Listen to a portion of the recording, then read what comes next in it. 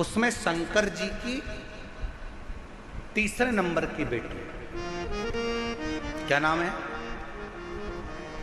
श्यामली बारी। शंकर जी की कितनी लड़कियां हैं? 6। शिव जी की कितनी लड़कियां हैं? 6। जया, साथ में बोलो, जया, विषहरा, श्यामली बारी, दौतली, देव, और छठे नंबर की अशोक सुंदर।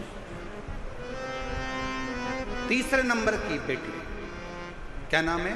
श्यामली बारी। जब लातूर में आप और हम शिवपुत्री शिव महापुराण की कथा को सुनेंगे लातूर से, दोपहर में 2 बजे से 5 बजे तक, 30 मई से 5 जून तक कथा का जब लाभ लेंगे तो उसमें आप शंकर जी की तीसरे नंबर की बेटी श्यामली बारी का चरित्र सुनेंगे। श्यामली बारी क्या करती थी आप उस कथा में जब श्रवण करेंगे, लातूर में शिवपुत्री शिव महापुराण कथा में श्यामली बारी क्या करती थी। एक असुर आया, असुर ने श्यामली बारी का जब हाथ पकड़ा, उसको ले जाकर एक कक्ष में बंधन बना दिया। बंधन, कक्ष में बंधन बना दिया। और शिव की पुत्री श्यामली बारी बंधन से मुक्त होने के लिए शंकर भगवान ने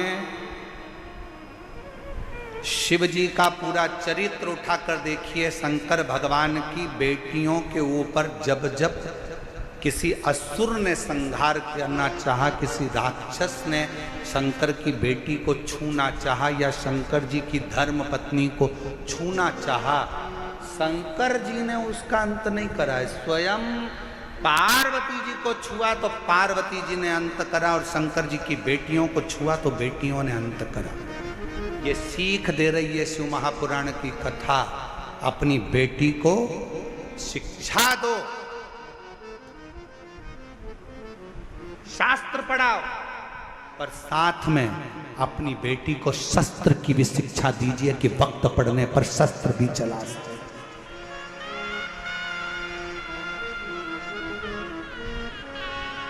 अपनी बेटियों को शास्त्र की शिक्षा दो, अपनी बेटी को अच्छा कॉलेज पढ़ाओ, अपनी बेटी को अच्छी शिक्षा दीजिए। जया, विषहरा, श्यामली बारी, दौतली, देव, और छठे नंबर की लड़की अशोक।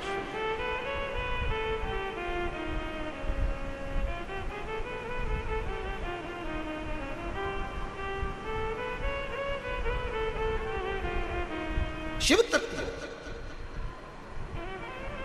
महाराज शिव को पुकारा नारायण ने, शंकर मेरे पिता, मेरे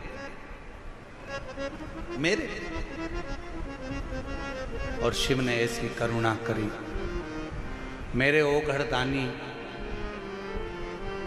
उस कंकर में से, उस पत्थर में से मेरा देव अधिदेव महादेव उस नारायण के लिए असली स्वरूप में प्रकट होकर उसको गोदी में खिलाते हैं, उसको अपने हृदय से लगाते हैं। वो मेरा ओघड़दानी। कौन कहता है कि ये कंकर कंकर है? हम कहते हैं कि अगर दिल से पूछो तो वो शंकर है। कुबरेश्वर धाम का इसलिए कंकर पूजा जाता है क्योंकि वो शंकर का एक प्रतिबिंब, प्रतीक शिव का। शिव कथा कर रही है, नारायण को शंकर भगवान अपने असली स्वरूप में आकर दर्शन दे देते हैं, और उसको पिता के एक प्रेम, लंका मिल गई, राज्य मिल गया, सत्ता मिल गई, वैभव मिल गया, पर धीरे धीरे एक दिन लंका के राजा रावण को भी प्राण त्यागना पड़ा, छोड़ना। हिरण्यकशिपु ने वर मांगा, एक दिन हिरण्यकशिपु को भी प्राण त्यागना पड़ा। और आप सबसे निवेदन है, शंकर जी के मंदिर में जाकर कभी वर मत मांगना कि भगवान मुझे ये दे दो, भगवान मुझे वो दे दो, भगवान मुझे ये प्रदान कर दो, भगवान मुझे ये प्रदान कर दो। तुम शिव जी के मंदिर में अगर 1 लोटा जल चढ़ाने के लिए जाओ तो शिव महापुराण की कथा कहती है कभी शिव के मंदिर में जाकर वर मत मांगना, क्योंकि वर मांगोगे तो एक दिन वो वर समाप्त हो सकता है। शंकर जी के मंदिर में जाकर कहना, बाबा मुझे आपका आशीर्वाद दे दो, क्योंकि वर समाप्त हो जाएगा पर आशीर्वाद कभी समाप्त नहीं होता, कभी समाप्त नहीं।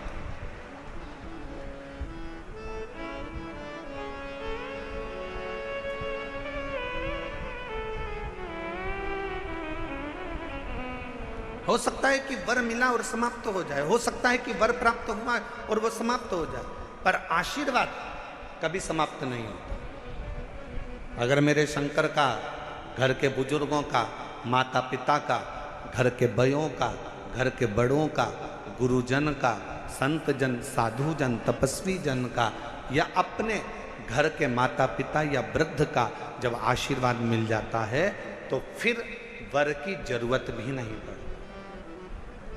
मांगो उससे कि देना हो तो जन्म मेरे सिर पर रख। पिता हैं और तुमने उससे संबंध बना लिया, रिश्ता बना लिया। जरा विचार करिएगा, पत्थर पर जल चढ़ाने से, एक शिवलिंग पर जल चढ़ाने से, तुम्हारे घर में एक छोटा सा भी अगर शिवलिंग है, छोटा सा भी शिवलिंग है, शिव महापुराण की कथा कहती है, भले आप अपने घर में शंकर जी के शिवलिंग को रोज जल चढ़ाओ मत चढ़ाओ, आप अपने घर में शंकर के शिवलिंग की रोज पूजन करो मत करो, पर घर में अगर शंकर का शिवलिंग विराजमान रहता है तो उस घर में कभी दरिद्रता नहीं आ सकती है, कभी दुख नहीं आ सकता। हर हर महादेव। घर के अंदर अगर शंकर भगवान का छोटा सा भी, भले वो जिसका पत्थर का हो, लकड़ी का हो, पारद का हो, स्फटिक का हो, सोने का हो, चांदी का हो, पीतल का हो, तांबे का हो, लकड़ी का हो, जैसा शिवलिंग तुम्हारे घर में अगर छोटा सा भी है तो वो तुम्हें फल जरूर देगा, फल जरूर देगा।